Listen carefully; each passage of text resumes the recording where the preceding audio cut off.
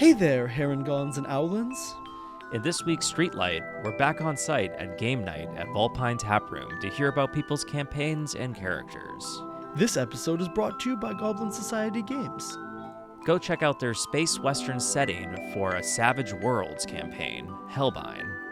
It's a fun and flavorful setting that goes deep on building a single planet and its 6 moons, and giving each of them a very distinct feel and mechanics. My long-running home game doesn't use the Savage World system, but it is set in space, and I've been incorporating a lot of the flavor from Hellbine into the game. The book has a ton of interesting ideas for combat encounters. For example, the Mole is a fun take on a fungal hive mind that comes with mechanics for lairs, dens, and gardens that lets you quickly build encounters where your players can get in over their heads. I'd highly recommend it. We'll link to the Goblin Society Games website in the show notes. Through July 23rd, if you purchase Goblin Games Society's products on Drive-Thru RPG, they'll donate 10% of the proceeds to Partners in Health. Let's roll initiative. Hi, how are you? Doing really well. How are you doing? You know, feeling old AF. Party. We're really, really old people who've been playing games for many, many years. Incredible.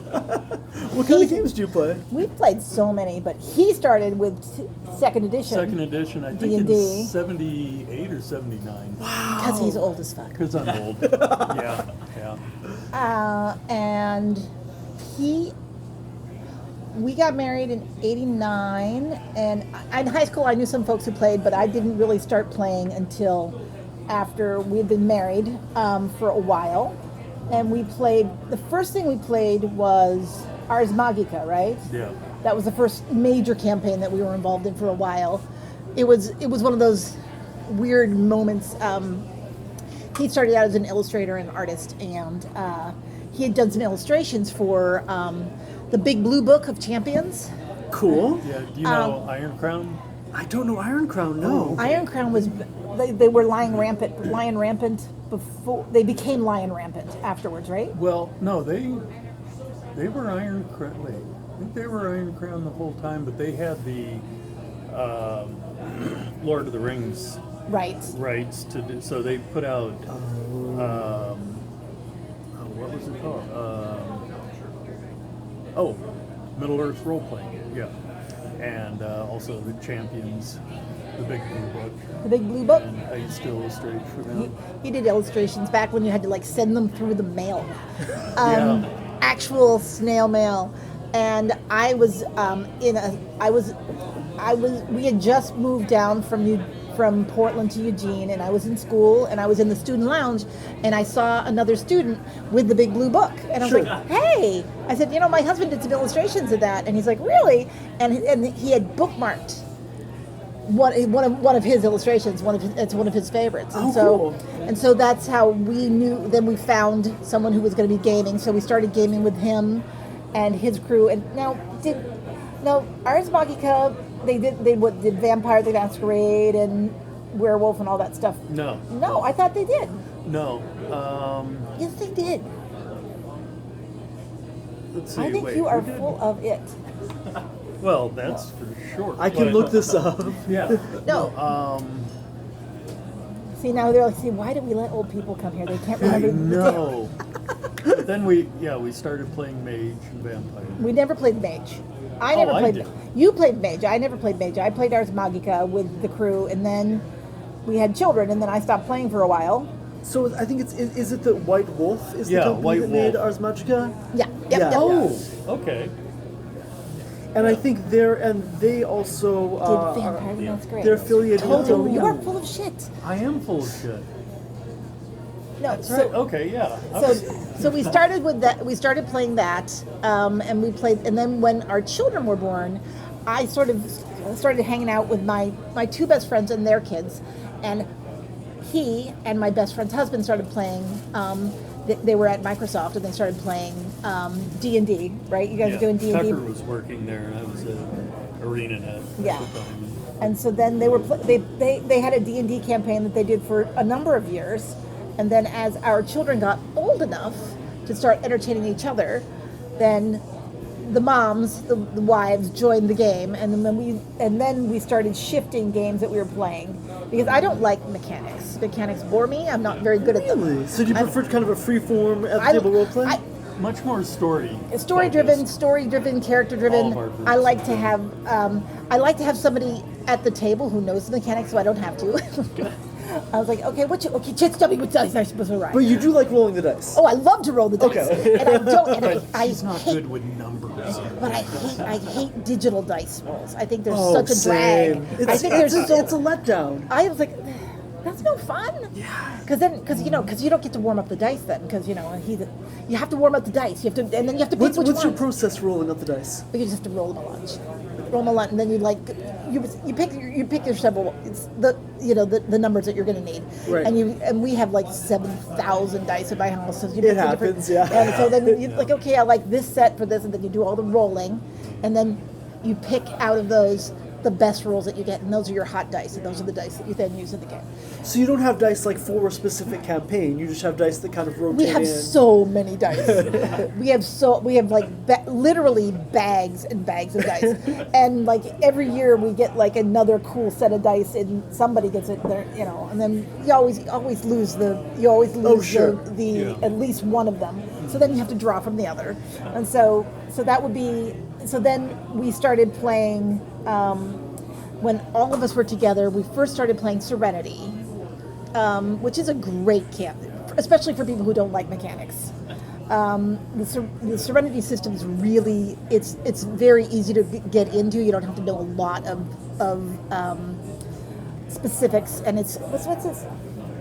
And it doesn't have that many different dice. You don't have to have like, No. But you have like can't occasionally use the threes, but usually so. And so then from there, he created a system that which was sort of a hybrid of the Serenity the Serenity system with Mage, which is using sort of Mage to draw on for some of the magic, but it did end up. It was a steampunk. It was a steampunk campaign, and there's a couple of the bosses from that campaign are right here. Here's a Oh, prince, very but cool. A lich that they fought. And as I describe it, he's a lich at night, but his day job is as a bishop. And so Liches need day jobs in this They do. economy. Yeah. And everybody he has- ran an orphanage. They were originally kids, but I was selling these at Comic-Con and decided I think I'll change them to adults so it's not as questionable. But yeah, his minions would go running at you and explode. They've got knives and nails and everything in them, so that worked out. Cool. So he and so then that campaign we played with essentially our chosen family, because gaming has started. Our entire extended family starts with gaming. Sure. Because while the men were playing games, when the moms were home with the kids, we were building our relationship and building our rapport, and our children really literally grew up together, and now they play. Wow. They're in their own. They have their own. They'll play with us sometimes. Right now we've got a campaign with our older son who's running a Blades in the Dark campaign. Cool. And which is really fun. And our younger son is best friends with my two best friends' sons, and they will get together and they do different. What was the one they were doing? They weren't doing the last round. I think Sam was running a D&D. But they were doing a different one after that. Oh, it's a mech. So it's a Mech mech-based game, game, I but can't think. so Is it Lancer? it's Lancer, Lancer. Okay. Yeah. We so, just had an episode come out about a Lancer campaign, so it's like cool. the top of my mind. Yeah. Yeah, so that's our entire social group and family started with gaming. Well, it started with him, but then he brought me into gaming, and then our relationships with our best friends and their children our children have all grown up together. So we do play a couple of generations sometimes. We'll play and then the younger ones will often go play with other, and my older son's roommate in college ran a campaign for us, did a one-shot for us one time, Robert did, and that was a D&D. Yeah. And so it's one of those Garrison ran a really good D&D campaign. Yeah. Can you talk about the most recent campaign that you two have been in? The most recent campaign, well, right now it's Blades in the Dark. Okay. The most recent thing we're doing right now is Blades in the Dark, and our criminal enterprise is She's playing a an cult. evil character. So evil. And for me, I usually play super ethical characters. Sure. And now I'm playing. I think of her as sort of a. She is completely amoral and power hungry, and just a little sexy. So she's. Hell yeah. Is she accumulating power? Is it working out for Oh, her? absolutely. Excellent. Oh, it's doing. It's so much fun being evil because Evil and successful at it, Yeah. right? So That's what makes the Again, campaign fun. but we're still scrappy. Okay. We haven't we're still building And our I think enterprise. Garrison described it that I'm your Dick Cheney. Yeah. Yeah. My character. Yeah, I'm sort of a. I originally described her as a sexy Donald Trump, but now Oh, no. But that's too gross. It's too gross because then you start. Yeah. It calls up. But essentially, just much like Donald, her superpower is no shame. Lack of shame. She's is, a lot more competent, though. She is more competent, Yeah. but she's. Better but being evil. definitely all about accruing power and influence, and not for necessarily just for the sake. Sure. She just wants to be. And she's actually not just wanting to be a leader. She is essentially convincing her. The plan is to essentially convince people that she's a god. Yeah. And the party's kind of fallen in line with this. So far, So we far. we have. Do you know Blades in the Dark? Do you know A little this? bit, yeah. Well, I mean, part of what it's all about is that everybody is sort of not great. You're all kind of villains. And so our younger son is playing somebody who's he's an opportunist. He's not buying, he's not drinking the Kool-Aid. He's not buying it. Not yet. But our proto-daughter-in-law her character is totally buying it. And he thinks he knows what's happening, but he doesn't. She thinks she's in charge. Much as our last 35 years of marriage. Who's really in charge? We all know who's really in charge. Not going to end well. The campaign? No. No, I've already told him he's not getting out of this marriage alive. Yeah. But that's okay. I have access to medications. I'm a hospice nurse, so I know how to make things look right. And I described I her was as about my to- current wife. I was about to ask if the character's evil you felt bleeding into your real life, and it sounds like yes. Yeah. Oh no, it's so much fun. I mean, I need to draw up our character. yeah, you do. No, just my day job is very emotionally taxing and it's very rewarding. It's wonderful work. Absolutely. But I mean, every now I'm very good at my job and I love my job. But people all think they say, "Oh, you must be an angel." I was like, "Well, my halo's pretty fucking crooked." But But people are just dying to be her. yeah, that's very nice. Very Clients. nice. But so the current camp, that's our most recent thing is we're doing Blades of the Dark. But That we don't sounds get fun. but our older son lives in Bellingham and he's running it. And so we've done it a couple, we had our first round had a larger party and then we did a small, just the two of us sort of building the scenario where it's like, you know what I'm thinking? I'm thinking I could be a god. I'm thinking that would work And I out. would profit from that. And I think and so that's sort of, and then the last time we played, we were bringing in some more people into the fold, and Danny locked right in. She's definitely she's cult material. She's like You weren't playing in Garrison's last D&D campaign. I did not play in that No. one. Okay. But This is my character from my son's last Wow. D&D campaign. This art is incredible. Thank you. Would it be okay to put one piece of your art in the show notes so that people can see. Oh, absolutely. Thank you. I'll Yeah. bother you about that afterwards because Yeah. I love your illustration style. Oh, Yeah. thank Oh no, it's one of the things that's really fun with that he does all of our portraits when he Yeah. when we're in a campaign. And it he'll do- takes me forever to run a campaign because I have to paint. Then this happens. It's like you open the door and what's there? Oh shit! Yeah, except you guys didn't go to that. Yeah, we didn't go to that door. location, Yeah, he so- had he'll have this whole thing, all these elaborate illustrations. It's like, you know what? Let's not do that. You know what I think we're gonna Yeah, do because instead? you sank the ship. Instead of doing that, let's just build the dock up and sink the ship, and then we're not going to go on that ship, and we're not going to meet that monster at all. But the illustration's there, and so the illustration lives on. But we never actually went in that door.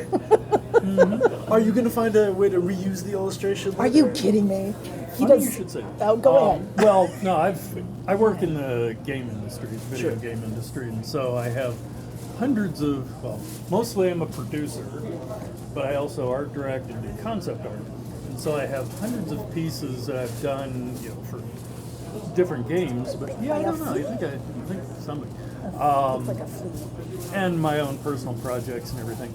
So I have all of these illustrations, and I have an indie game studio as well, and I'm currently working on a sort of a narrative-heavy tavern keeper meets dungeon master game. Interesting. And I'm using, all of these illustrations. It's going to be mostly a 2D game. There's a term, and I can't think what it is. Like a choose-your-own-adventure digital novel kind of thing. But you're a tavern keeper in a town that used to be a hub for adventurers till a dragon dropped in and destroyed things, and it's coming back in 3 years. So you have 3 years to accumulate a bunch of adventurers to fight the dragon when it returns. And the thing is, adventurers only show up if there's adventures to be had. Right. And as the tavern keeper, well, you kind of need to come up with adventures for them. In some cases, there's like retired villains in the area, and through dialogue tree, you talk them back into pursuing their goals. But also To attract the adventurers back. yeah, but also you convince various town folks that they should pursue their dreams of converting from being a priest to being a necromancer and different things like that. So basically, you're creating adventures by corrupting people. It's very tongue-in-cheek, it's meant to be fun. Is that game coming out soon? Or? Probably not. Right now, I'm the only one working on it, but I'm going to be meeting up with my team and hopefully recruiting some other people at GDC here in a couple of weeks. GDC is a game development conference down in San Francisco. Extremely cool. Yeah. So But, hope to. and he also has he's also working on a I want it to be an illustrated novel, but based on the system that he created and the characters in that adventure, that because we played that campaign for many years with the The Veil Between Worlds. That's the book cover I did for. It's a steampunk gothic horror exploration of transhumanism and. he's so greater hard for good. transhumanism. Very philosophical. It's philosophical.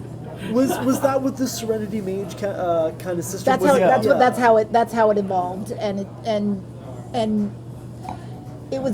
so it's very much set in Geneva at the dawn of the steampunk age, and there's lots of there's wonderful there are balloons and blimps, but there's also Dirigibles. dirigible things. There's also a means of traveling between worlds that you veil. travel through the veil, travel through the ether, and so then you have ether priests, and there's all this. There's lots and lots of really interesting side aspects to the world being. But that's where our characters. And some of the adventurers were very like, let's go kick the shit out of somebody, and some of them were like, how are we going to recognize what is human and what is not human? So there's lots of deeply... And what's good and what's not good. And the ultimate villain is Prometheus. The actual... So, take off... Things escalate. Frankenstein, sure. the modern Prometheus, only actual Prometheus comes back. It's complicated. It's very complicated. That sounds like an incredibly fun campaign. But it was so much fun. We had a blast playing that game, and that was one of the things that we had the kind of a core group, and then we would have like some sort of drop-ins. Sure. Because you'd have characters that would Garrison's character only showed up a couple times, but he was wonderful. But I worked him into the book. Did you? Cool. Yeah. But so and that was the when he DMs, it isn't just grid paper. he illustrates, and he would like make a huge elaborate illustration, and then we wouldn't go through that door, and so then he'd have to roll with it. That only happened once. Well, but we were talking about the gentleman that you were talking with earlier about, because that's one of the reasons what I really value in a DM or story guide is the freedom to create and develop what you're going to do, because we had a friend that person who had the big blue book. When he would DM, he had an idea of how the story should go. We're on the train tracks, so we're just going to keep going. And we used to call it like headwind theater. It's like, all those magic things that you created, that special power you have, that Your magical powers item. don't work All of a for some sudden, reason. for some reason, sorry, I guess you can't go through that. It's like, well, you spend all this time building the character and having, and that's my favorite part, is like the backstory. Yeah. We're very much story driven. Very story driven, very like, where do you go, where you have a backstory, you have a character, and so then when you're faced with something you don't know, the unknown, well, you draw from your history. And then if you have an elaborate backstory and you have a really good GM, they will sometimes bring your backstory into, and so like all of a sudden this person that how you were wanted, sure, all of a sudden that person showed up. So what are you going to do now? So those are the kind of things that are, for me, the creativity and the really more of the focus on the story and the character interactions and what's and then so like and dice are involved because they're fun. Of course, mandatory. Yeah. Anyway, well, thank you both so much. Your games sound absolutely like much fun. They were really a lot of fun. And I next time we're here, I'm sure I'll get to hear about how the cult's going. Yeah. Well. You'll hear about it. I mean, thank you, gentlemen. It was really lovely. Thank you. Thank you so much. It's an absolute pleasure to meet you. Thank you so much. So yeah, having pleasure. Like some of the oldest people going around who've been playing forever. I don't actually think you're the oldest people we've talked to. Really? I've DM'd for a few years, mostly all homebrew stuff. Got a bite of the creative juice that was DMing and ran with it utterly and completely. Do you want to talk about a campaign that you ran in that phase? Yeah, I actually I'm in the process of kind of recycling a campaign. We did the starter, and I got really invested, and I wrote out all the way to the end. Mm-hmm. But we had an issue. The group had to like split, and so I'm really excited to kind of like learn from what I started and rework it a little bit. But it's this really fun idea where I got a little tired of the Sword Coast in D&D, and so I was like, all right, we're looking at the map, we're finding a point way far away, and there is a nice port town in the southeast of Faerun that is guarded by a swamp, and there's a large kind of magical war that happened that left cities in there in ruin. So I was like, there's a lot of stuff to play with. Yeah. But the campaign setting starts with one day there is a trade route where a ship's going by, and one of the crewmates is looking out to the empty ocean, and they realize there's a landmass there. That landmass wasn't there when we left, and it wasn't there every other time. Oh yeah. So, as sailors do, they all start, spinning rumors on the rest of their voyage, and they get to port and they hit the taverns, and word spreads like wildfire. This magical island. Oh, it's a demi-plane that just showed up, or oh, it's one of these gods come to reap retribution, and all of these rumors get thrown around town. And so there is a.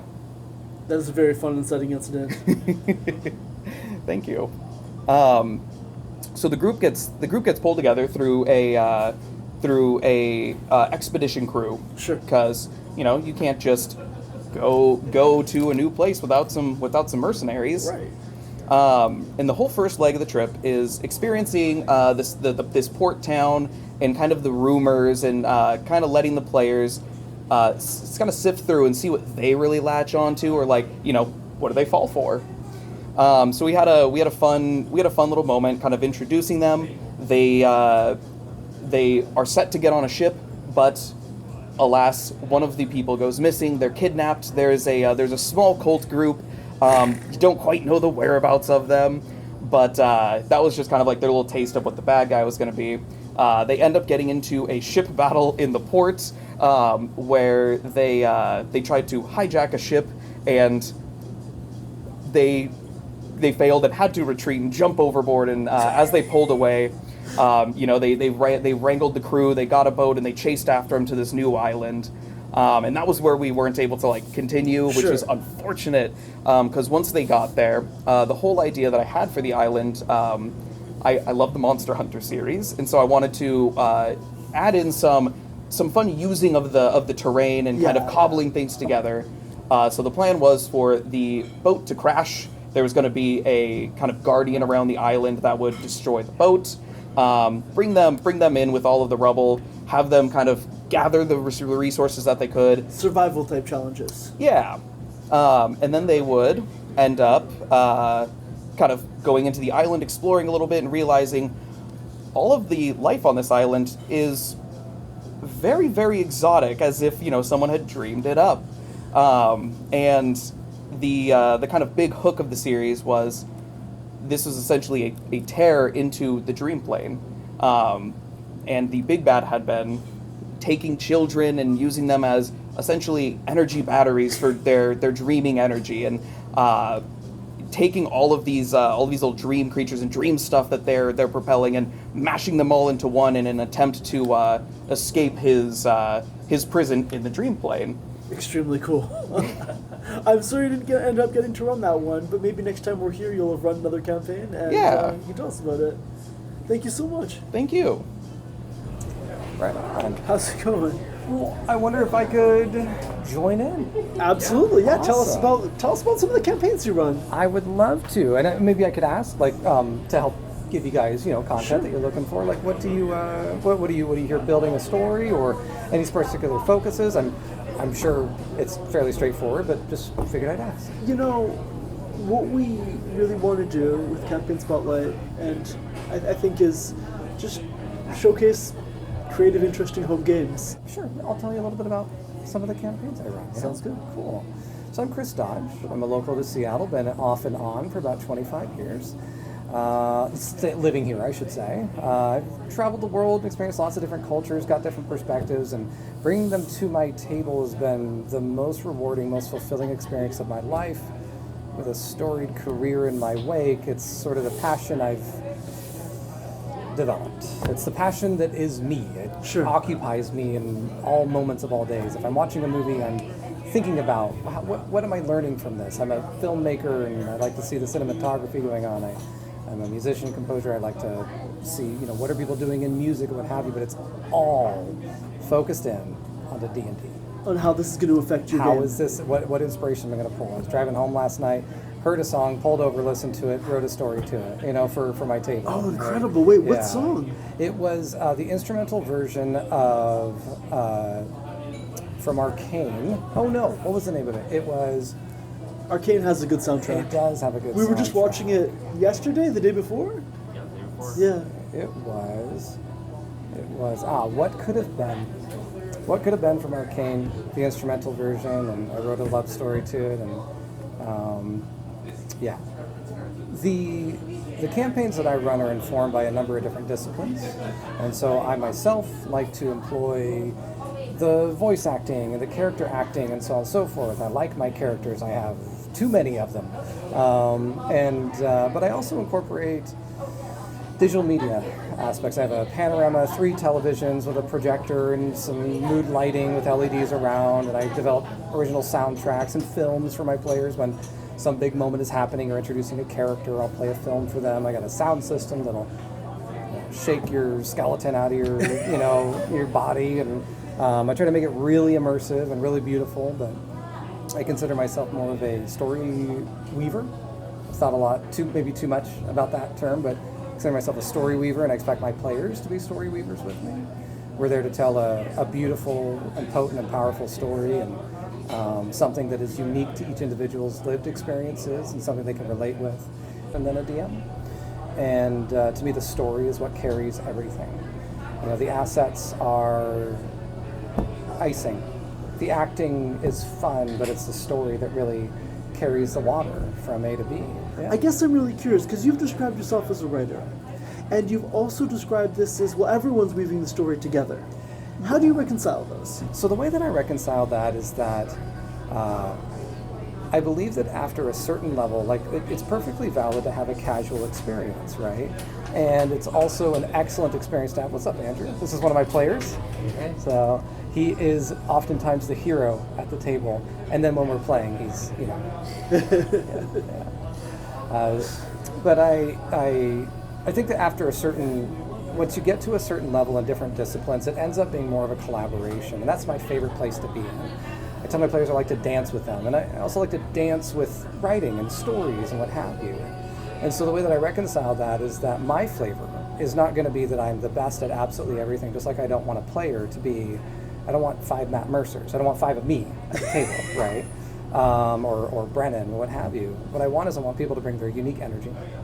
That's actually one of the non-negotiables for my table. You have to bring your unique energy to the table. And that means that if you're not a writer, then you're this.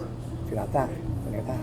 What kind of energy do people bring if they're not writers? Can you give an example? Yeah, absolutely. So I like method acting. I like folks that will get into character, but from the perspective of understanding on a meta level that they're acting with clarity as a player in order to act with conviction as a character. And the delineation between the two is important in so much that there might be 10 things that somebody can do as a method actor in character that makes sense for your character.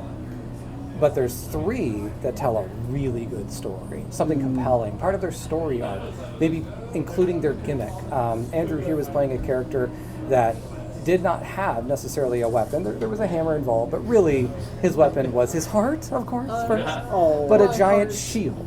Okay. So he had this big old 2-handed shield, 300-pound thing. Wielding it like that became a gimmick. Of those 3 things that somebody could choose of as a method actor in order to incorporate into that story, I want them to challenge themselves to think about what's the one that's going to drive the story into an impactful moment. And so I conscript my players to be story weavers, but with their own unique characteristics. Some folks are really good at being naive characters, so we lean into that. I'll build a character with them for that. But then they become a story weaver with me, in that their strengths are leveraged in order to guide this story into a place where you're telling something that hits the soul. You're telling something that connects with you on a very deep level. So I do a lot of crying and a lot of laughing and what have you at my table. But for myself, I take it upon myself to be the main story weaver, and my flavor happens to be as a writer, but I do the voices and what have you too. So. I don't know, was that a satisfying answer? That was an incredible answer. Oh, okay. I really appreciate that. And I guess I'm gonna want to ask Andrew about this character as well. Your character was coming in with a 300-pound shield as their weapon. Yeah. A little bit of a what is it? The Thor hammer, the Mjolnir effect, in terms of it's heavier for everybody else, not as heavy for him. Got it. His name was Kanji, but yeah. There's a mechanic behind it. There you had was to lift a it with mechanic. Wisdom, not strength. Yeah. Oh, interesting. Yeah. It was a wisdom check to lift it, unless you were 20 strength or something wild and you were just picking that thing up. But what was your character's overall vibe beyond this weapon?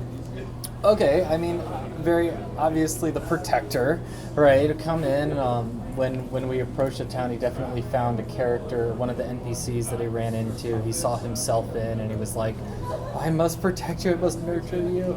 But also, like, very much as soon as anybody decided that this was the objective we wanted to go do. Let's say we went into the forest, right? In this case, we went after fiends in the Fey Forest. Kanji was there. His name was Kanji. Kanji was there to lead the way and make sure that he was not necessarily in the front, but definitely centering himself to where he was always in reach of the rest of his party so that he could throw a shield out if need be. Not necessarily like super stoic type of character, but definitely I'm here for you, right? But I also like want to, because he was very compelled in his own way. So he wasn't just getting dragged along trying to do whatever the rest of the party wanted to do. He was kind of actually more, maybe me and one other character were put in the last campaign anyways. Me, Kanji, and one other character were pushing where the party was going more than anything else, and so definitely a driver for the party. And then as soon as we got into the fray, it was he was the first one to try and take the brunt. Hell yeah! What was his arc like? What story happened in maybe the last campaign? Oh man, okay. His arc. Kanji's arc was one of, actually he came from, in his backstory, came from a lot of tragedy. So he essentially, shocker in a D&D backstory, right? Yeah. He came from a lot of tragedy. He lost his family twice, right? He lost his family, killed, dead, gone, and then he got a new family, killed, dead, gone, essentially. I think it'd be fair to say that he came from Order as well. He did. He was, okay, so if we want to really get into it, there's an organization in this world. Sure. Right? And they call themselves the Order. Kanji was part of it. He was part of this force called the Order. Think of it as the self-proclaimed National Guard of the Sword Coast. It's like the militia of the Sword Coast. Yeah. And he realized that they were not in his best interests, or the Sword Coast's best interests, and so he wanted out, and that cost him his family the first time. Oh, they threatened his family, and they held true to their promise. In order to protect agents of the Order, the powers that be provide towns, protected behind lines with alliances, with places like Talon and Neverwinter, for which then your family is protected from retaliation, from rebuke, from the ne'er-do-wells. And unbeknownst to the up-and-coming and optimistic members of the Order, it has a double-edged meaning. They can blackmail them. Your family is safe with us for now. Your family is always kidnapped, effectively. Effectively, given over. And his sister elected to not, and for that she's on the run, but you lost a lot when you left the Order. Town vanished without a trace, not even a memory. Oh boy. Surrounding towns, surrounding villagers, it was small, but granted, surrounding towns, people that you would go ask, they're like, there was never a town there. What are you talking about? This was always just us. There's maybe some farmland out there. An uncommon but infamous experience throughout the Sword Coast in this universe, in so much that there are individuals, members of the Order, mysterious and almost a sub-sect, if you will, called Inquisitors, for which are rumored to be able to read your mind and change your thoughts.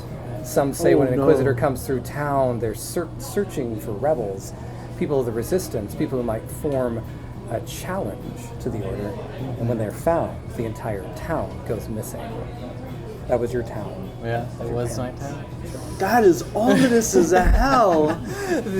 By the end of the campaign, was the Order still in this position of Oh my god, don't get me started. This damn Order. This campaign was involving the Order, but it wasn't necessarily us versus the Order. Got it. And so yes, Kanji got out, and it cost. They realized that they were kidnapped. His sister ran off trying to, not without ever being a member of the Order, still in, we'll say in pursuit.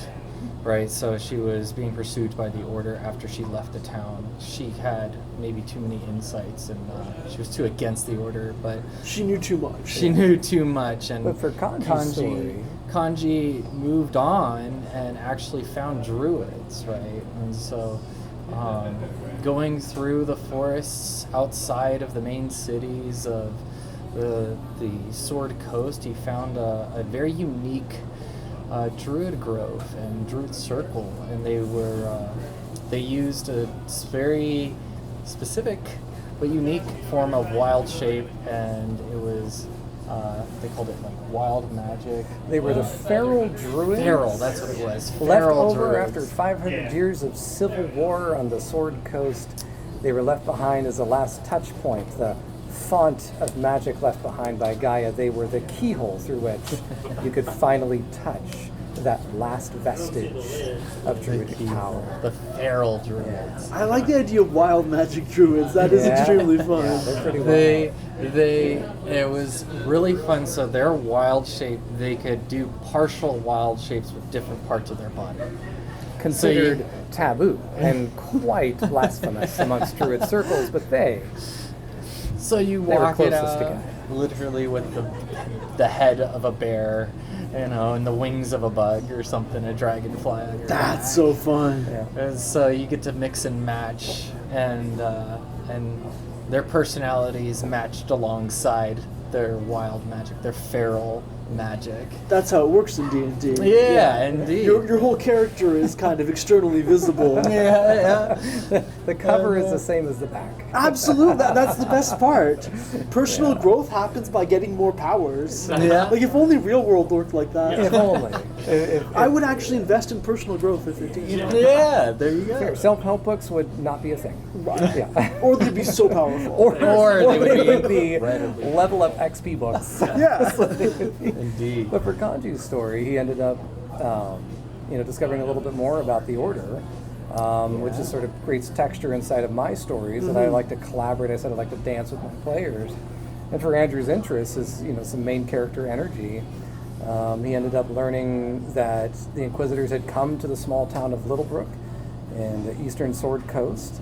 And one of them in particular he had to throw down with. And the story arc involved a young girl who, like him, joined the Order after calamitous experiences. And through her trauma, he was able to heal himself internally and shift his perspectives. And Yeah.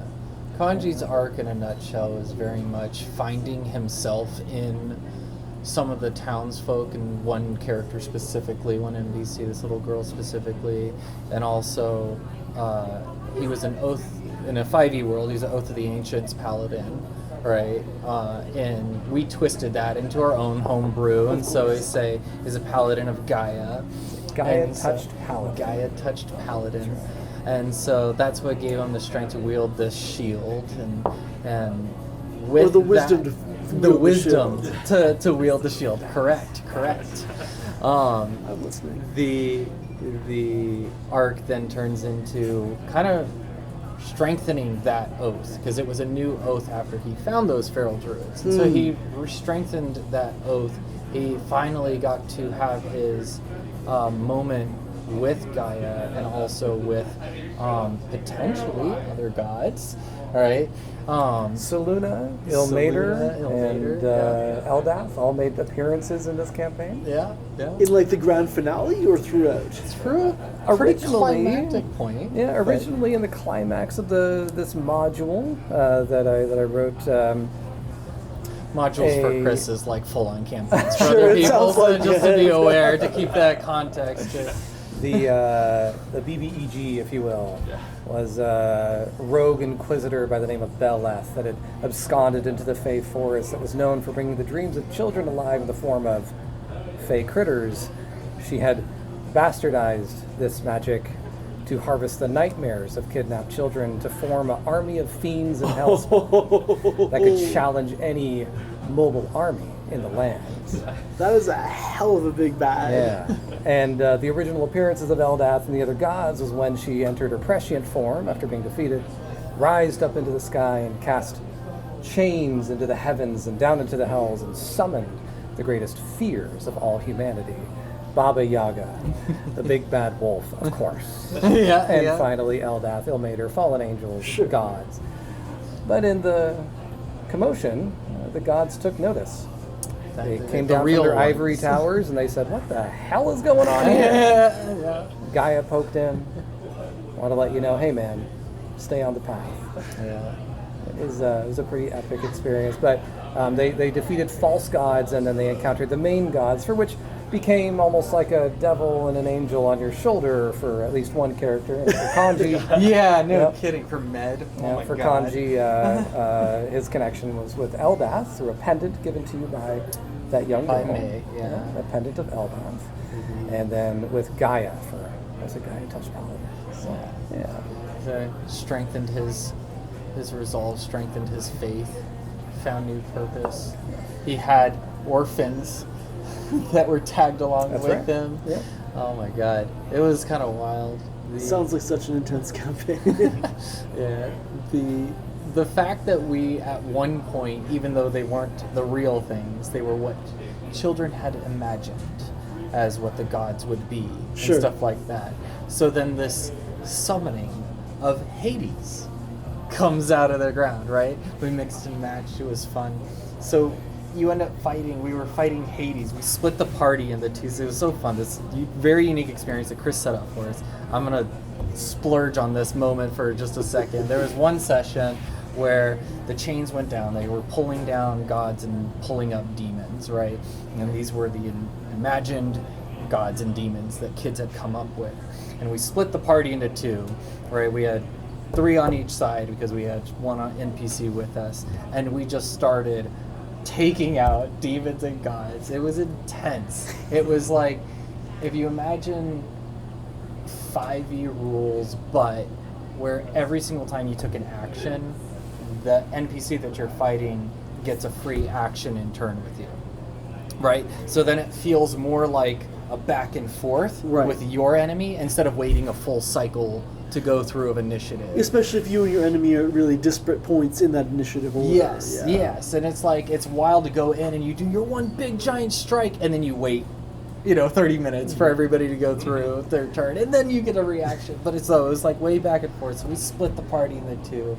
Hades comes out from the depths. That's who me and Moxie were fighting. We were fighting Hades, and instead of a 3-headed Cerberus, it was 3 wolves that came out with them, and it was really fun. They came out. The wolves were racing down in this like bowl that we were in, and so they were running on the sides. And I charge Hades, of course, because I'm like, I'll forge the path with the shield. Spartan kicked him back into hell. I did. I Spartan kicked him back into hell, and we pushed him back into the hole. Bad day. It's like, get in your hole. But on the mechanics, one of the things that I like to have is, I call them cinematic events. Mm-hmm. It sounds like it. Yeah, where everybody gets to react to a big thing that's happening. And I like to make it more interactive. I like collaborative, joint maneuvers, what have you, between my players, and I try to make it interactive and fun. I have a baseline expectation that there's never more than 20 minutes in between the last time you did something that changed what happened in the world and the next time. But if I can get 4 people to do it 4 times over that 20 minutes, man, that's so much better. Doesn't always work, but yeah, it's the downside of epic combat is it takes a long time to talk about. It can, yeah. Like, there's really no way around. Once you're fighting the gods and demons, it's going to be minimum 15 minutes between people's turns. Yeah. Like, what am I looking at? One of the expectations I have for players at my table is that we're always, we consider it like a dojo, right? We're always here to improve. We're elevating our art. Sure. I conscript folks in being, vulnerable at the table, but not fragile. We're there to talk about, what's worked, what went well, and one of those expectations is you come. These are expensive minutes around the table, and you come familiar with your character and what have you. But you start getting to homebrew and fighting Hades, and when the Grim Reaper, so dredged from the 9th level of Bator's dominion, and raises up with his scythe, and instead of attacking you, what did he do? He just launched his scythe into the sky and pulled down Bahamut, the terror lord, from the heavens that raced down, ablating his scales in the I didn't know atmosphere. who Bahamut was before that session. And I had to go look it up and realize it's like the CR30 Atlas of D&D. Oh, yeah. Right? Yeah. Holding up the world, a dragon that holds up the world. Bearing in Oh mind my these are God. false gods summoned through the magic of the Fate Force. But but yes, when you end up fighting Bahamut, false or not, it might take 15 minutes between turns. At the very yeah. least. Oh my God. This sounds we like didn't. We luckily, if we had fought him, we'd just die. Even if it's the imaginary version of him. We ended up the other side, right? We ended up killing. We ended up beating the Grim Reaper, and as Bahamut was crashing down into the freaking planet because he's a meteor of a dragon, he was dissolving as he was hitting, and like the face came down and still hit as it was dissolving away, smashing everything to pieces, burning everybody. Yeah. Nova got eaten. Nova got eaten. Oh, Nova got no. eaten. Yeah. Characters tend to get eaten. This sounds like such an epic finale for a campaign. Yeah. I'm trying to plan the finale for my long running game right now. Oh, and yeah. this is I might have to steal some of the ideas you have here. Oh, so- please. I would love Yours nothing is more. the idea vault over here. No, like I was saying, my favorite thing is to dance things out with my players and with other creatives and folks that enjoy and take a passion and pride in what they do. And I would love nothing more. I love nothing more than holding forums with folks and chatting, like, what do you do? Where was your last inspiration? And sharing mine as well. Thank you both so much. This has been absolutely fascinating. Yeah, my pleasure. Absolutely. That's all for this week. I'm Dungeon Inspector Jake. And I'm Production Master Riley. Thanks again to Vulpine Taproom for giving us the chance to record on site. And thanks again to Goblin Society Games for sponsoring this episode. Go check out their website, which I've linked to in the show notes. If you enjoy the show, consider subscribing and leaving a review, which helps other people find Campaign Spotlight. If you'd like to support our work, consider going to patreon.com/campaignspotlight and becoming a patron. And if you think drinking a potion should just be a bonus action, try chugging a whole Red Bull while running 60 feet in 6 seconds. For more on the show, including links to all our social media, visit folderfrequencies.com/campaignspotlight.